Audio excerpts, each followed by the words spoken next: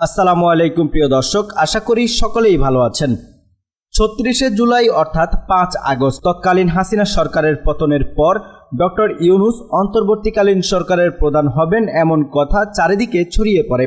এমতো অবস্থায় ক্ষমতা গ্রহণের আগে গ্রামীণ ব্যাংকের প্রতিষ্ঠাতা ও নোবেল বিজয়ী বিশিষ্ট অর্থনীতিবিদ ডক্টর মোহাম্মদ ইউনূস ইন্ডিয়ার গণমাধ্যমে একান্ত এক সাক্ষাৎকার দেন।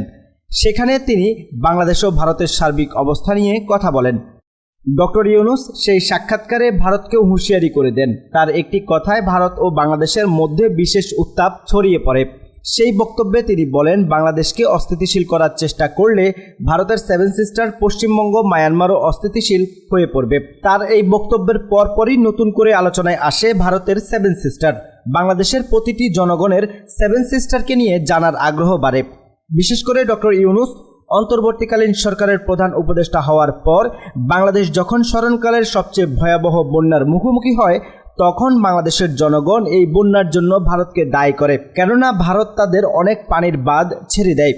এ সময় ডক্টর ইউনূস সেভেন সিস্টারকে নিয়ে বক্তব্যকে কেন্দ্র করে বাংলাদেশের অনেক মানুষ প্রতিবাদ ও সমাবেশ করে এবং প্রতিবাদ ও সমাবেশে বলতে শোনা যায়, বন্যায় যদি মানুষ মরে সেভেন সিস্টার থাকবে না রে। অপরদিকে ভারতের পশ্চিমবঙ্গের মুখ্যমন্ত্রী মমতা বন্দ্যোপাধ্যায়ও প্রধানমন্ত্রী নরেন্দ্র মোদীকে হুঁশিয়ারি করে বলেন, পশ্চিমবঙ্গে যদি আগুন জ্বলে, আসাম, দিল্লি ও সেভেন সিস্টারেও আগুন জ্বলবে। ডক্টর ইউনূসের সেই বক্তব্যের পর বাংলাদেশের মানুষ আশা দেখছিল পররাষ্ট্রনীতিতে ব্যাপক পরিবর্তন আসতে যাচ্ছে। বিশেষ করে ভারতের সাথে হাসিনা সরকারের চুক্তি, যার দ্বারা বাংলাদেশের অভ্যন্তরীণ বিষয়ে ভারতের বাহাদুরি চলত। বন্যার পরিস্থিতি স্বাভাবিক হওয়ার পর থেকেই নতুন করে রোহিঙ্গাদের অনুপ্রবেশ শুরু হয়েছে, যার ফলে বাংলাদেশের মাঝে নতুন করে আতঙ্ক দেখা দিয়েছে। জার্মান ভিত্তিক গণমাধ্যম ডয়েচে ভেলের প্রকাশিত খবর অনুযায়ী গত ৮ থেকে ১০ দিনে বাংলাদেশে ১৪,০০০ রোহিঙ্গা অনুপ্রবেশ করেছে।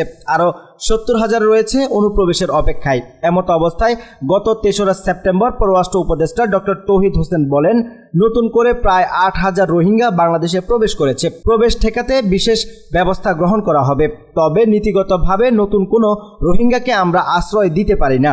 ভূরাজনৈতিক বিশেষজ্ঞদের মতে এই পরিস্থিতি সামাল না দিলে বাংলাদেশের ভবিষ্যৎ হুমকির মুখে পড়বে।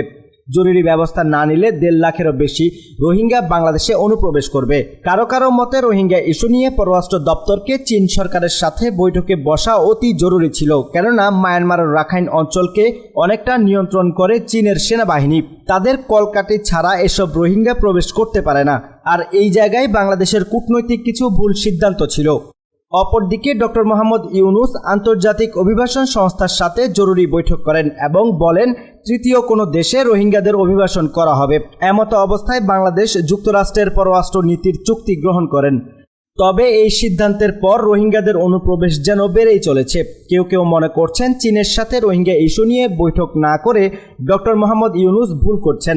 আরও বেশি ভুল করছেন যুক্তরাষ্ট্রের পররাষ্ট্র নীতি গ্রহণ করে, যার ফলে প্রতি বছর প্রায় ২০,০০০ রোহিঙ্গা শরণার্থীকে অভিবাসন করবে যুক্তরাষ্ট্র সরকার।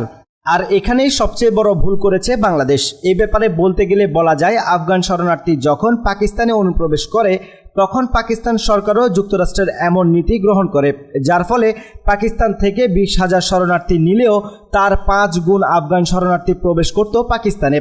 এর কিছু বছর পর যুক্তরাষ্ট্র সরকার এই চুক্তি বাতিল করে, ফলে পাকিস্তানের অর্থনৈতিক অবস্থায় ধস নেমে আসে, যেখান থেকে আজও তারা বের হয়ে আসতে পারেনি। আমার ব্যক্তিগত মতামত, বাংলাদেশের যাত্রাও হয়তো সেই পথেই হচ্ছে, তা হয়তো সময় বলে দিবে। তবে বাংলাদেশ থেকে প্রতি বছর ২০,০০০ রোহিঙ্গা নেবে যুক্তরাষ্ট্র, এমন চুক্তি স্বাক্ষরিত হয়েছে। এমনিভাবে যদি প্রতি বছর রোহিঙ্গাদের অভিবাসন করা হয়, তাহলে ১০ বছরে রোহিঙ্গা অভিবাসনের সংখ্যা দাঁড়াবে মাত্র ২ লাখ। একটি গবেষণা থেকে উঠে আসে, বাংলাদেশে প্রতি বছর নতুন বাচ্চা জন্মগ্রহণ করায় রোহিঙ্গা শরণার্থীর বৃদ্ধি পাচ্ছে প্রায় ৫০,০০০। এর ফলে ১০ বছরে রোহিঙ্গা শরণার্থী বেড়ে দাঁড়াবে ৫ লাখে। যুক্তরাষ্ট্র যদি ১০ বছরে অভিবাসন পদ্ধতি চালু রাখে, মাত্র ২ লাখ শরণার্থী অভিবাসন হবে। যুক্তরাষ্ট্র পাকিস্তানের মতো বাংলাদেশের সাথেও যদি পররাষ্ট্রনীতি বাতিল করে, তখন কি হবে তা সময় বলে দিবে। কেউ কেউ মনে করেন নতুন করে রোহিঙ্গা প্রবেশের পিছনে চীন সরকার দায়ী, কেননা যুক্তরাষ্ট্রের সাথে বাংলাদেশের ভালো সম্পর্ক মেনে নিতে পারছে না চীন। যেহেতু রাখাইন অঞ্চল চীনা সেনাদের নিয়ন্ত্রণে, তাই কূটকৌশলের কারণে রোহিঙ্গারা প্রবেশ করছে এবং যুক্তরাষ্ট্র সরকারকে চাপে রাখছে। বেশ কিছু কূটনৈতিকরা মনে করেন ভবিষ্যৎ কক্সবাজার নিয়ন্ত্রণ করতেই এই অভিবাসন চুক্তির প্রস্তাব গ্রহণ করেছে ডক্টর মোহাম্মদ ইউনূস। তবে প্রধান উপদেষ্টা মহোদয় যে প্রস্তাব গ্রহণ করেন না কেন, আমাদের আশা তিনি বাংলাদেশের নাগরিক হিসেবে বাংলাদেশকে একটি সুন্দর সুশৃঙ্খল রাষ্ট্র হিসেবে বিশ্বের কাছে প্রতিষ্ঠা করবেন। দেশের সার্বিক উন্নয়নে তিনি তার দায়িত্ব পালন করবেন। আমরা দেশের সকল নাগরিক তাকে সহযোগিতা করে নিজেদের নৈতিক দায়িত্ব পালন করব। তবে আমাদের সকলের দাবি, পররাষ্ট্রমূলক যে নীতি গ্রহণ করা হোক না কেন, অবশ্যই এদেশের জনগণের উপর নির্ভর করে যে কোনো নীতি গ্রহণ ও বাস্তবায়ন করতে হবে। জনমত ছাড়া কোনো চুক্তি বা কোনো নীতি গ্রহণ করা দেশদ্রোহীর সমান। প্রিয় দর্শক, সম্পূর্ণ বিষয়টির উপর ভিত্তি করে আপনি আপনার মূল্যবান মন্তব্য কমেন্টের মাধ্যমে জানিয়ে দিন। আজ এখানেই শেষ করছি। সবাই ভালো থাকুন, সুস্থ থাকুন। দেখা হচ্ছে পরবর্তী ভিডিওতে। আল্লাহ হাফেজ।